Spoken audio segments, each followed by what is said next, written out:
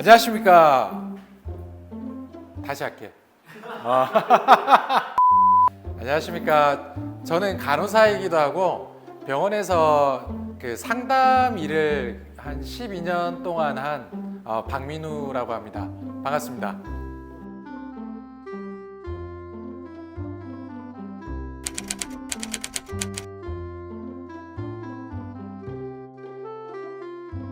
병원에서 이제 가행 진료라 하면 말 그대로 환자에게 필요로 하는 치료 이상의 수준을 좀 강요하고 권유하는 걸 말합니다.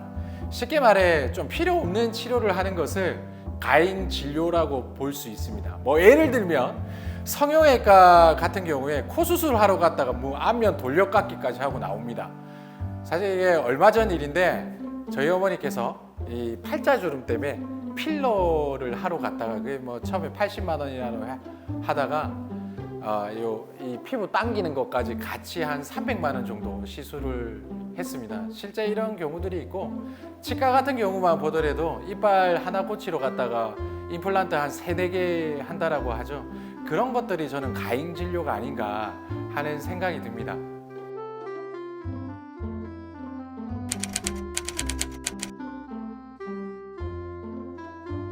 병원에서 가행 진료는 당연히 아직도 있고 존재합니다. 의료 제도적인 부분이나 실손보험 같은 시스템, 그리고 사실 이제 경쟁적인 그 마케팅, 이 홍보비를 많이 쓰다 보니까 그런 것들이 가행 진료의 대표적인 원인이라고 할 수 있습니다.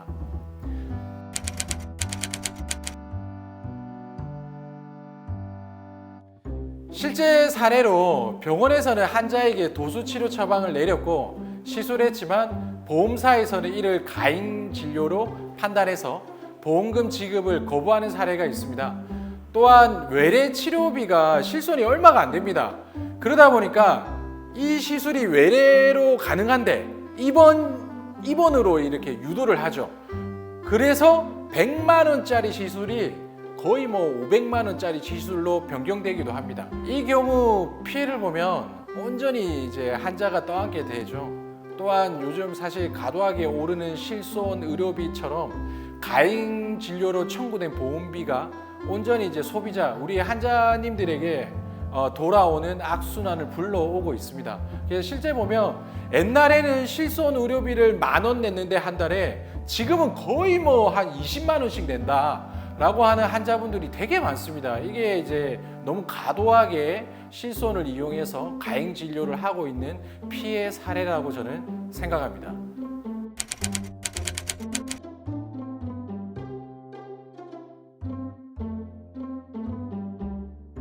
가행 진료를 피해간다.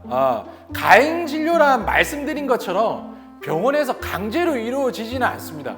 보통 의학적 지식이 부족한 일반인은 전적으로 의료진의 말에 의존할 수밖에 없는 구조다 보니 이런 강요나 권유가 내게 필요하다라는 착각을 불러일으키는데요. 사실은 이를 방지하기 위해서는 먼저 내 상태, 우리 구독자님들이 본인 상태를 정확하게 아는 것이 중요합니다. 자, 그러면 첫 번째, 3군데 이상의 병원을 방문해서 검진을 해야 돼요. 비교를 해보는 거죠. 어디가 그리고 사실 비교를 해서 듣다 보면 어느 정도 이 시술에 대해서 우리 구독자님들도 공부가 저절로 돼요. 그러다 보니까 꼭 비교를 해보시길 바랍니다. 두 번째, 이 과정에서 사실 이제 좀 서치를 해봐야 돼요. 대학병원이나 아니면 인터넷 검색을 통해서 양심적이다 라고 평가받는 병원에서 이 검진을 받고 또한 비교해 보는 것이 중요하고요. 또 세 번째, 치료비가 많이 나왔는데 자꾸 실비보험 얼마짜리냐, 사보험 있냐 이런 식으로 유도한다. 이런 병원들은 조심해야 됩니다. 그리고 네 번째, 오늘 상담했는데 오늘 바로 선납을 해라, 오늘 빨리 돈을 내야 할인을 해준다, 이런 여러 가지 이야기를 하면서 땡겨요. 이런 병원은 조심해야 됩니다. 그리고 다섯 번째, 비싼 치료만 권하는 병원은 피해야 됩니다. 치과 같은 경우 잠깐 흥분이 됩니다. 우리 구독자님, 치과 같은 경우를 보더라도 금이나 막 레진 같은 그 비싼 거 있죠. 이런 것만 해야 된다라고 말하고 급여가 되는 것들이 있거든요. 아말감, 뭐 글래스 아이오노모 이런 존재는 아예 알려주지를 않습니다. 이런 병원은 피해야 됩니다. 그리고 6번째 진짜 중요한데요. 나의 상태에 대해서 내가 열심히 이야기를 하고 있는데 안 들어요. 딱 우리가 알잖아요. 우리 구독자님들 딱 보면 귀담아 듣지 않아요. 그러면 이런 병원은 바로 버려야 됩니다. 왜? 돈만 생각하는 의사라고 생각하면 됩니다. 사실 프로 의식을 갖춘 의사들은 절대 환자를 돈으로 보지 않아요. 진심을 다해 귀담아 듣고 사실 정확한 진단을 내릴 수 있는 이런 실력 있는 의사를 찾아야 되는 거죠. 사실 이런 것들을 우리가 어떻게 하면 피해갈까? 이런 가행 진료, 우리가 사기치는 이런 병원들을 피해가는 방법을 뭘까? 고민하다가 병원이 현재 나의 상태에 대해서 진단받고 또 이런 병원들이 여러 군데에서 나는 가만히 있는데 견적을 알아서 내주면 어느 정도 가행 진료를 막을 수 있지 않을까 생각이 들어서 이 바로 나의 병원이라는 어플을 만들어 낸 것입니다.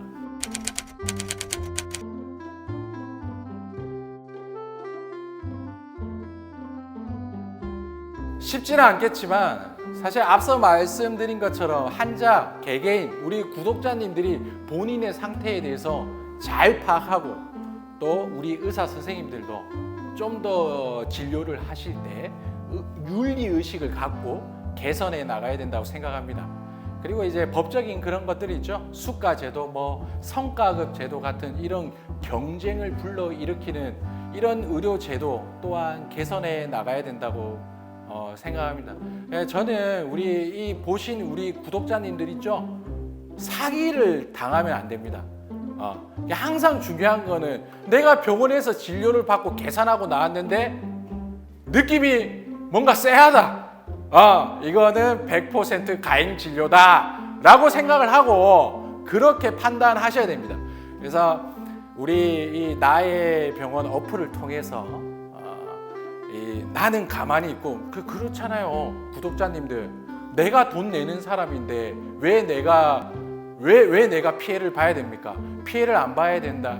피해를 안 봐야 되면 이거를 이제 병원들에서 알아서 이제 따다닥 이 견적을 내주고 내가 셀렉을 하는 거죠. 우리 딱딱 그렇게 하다 보면 이런 가행 진료나 또 사기 당하는 느낌, 이 느낌들이 없어지지 않을까 생각합니다.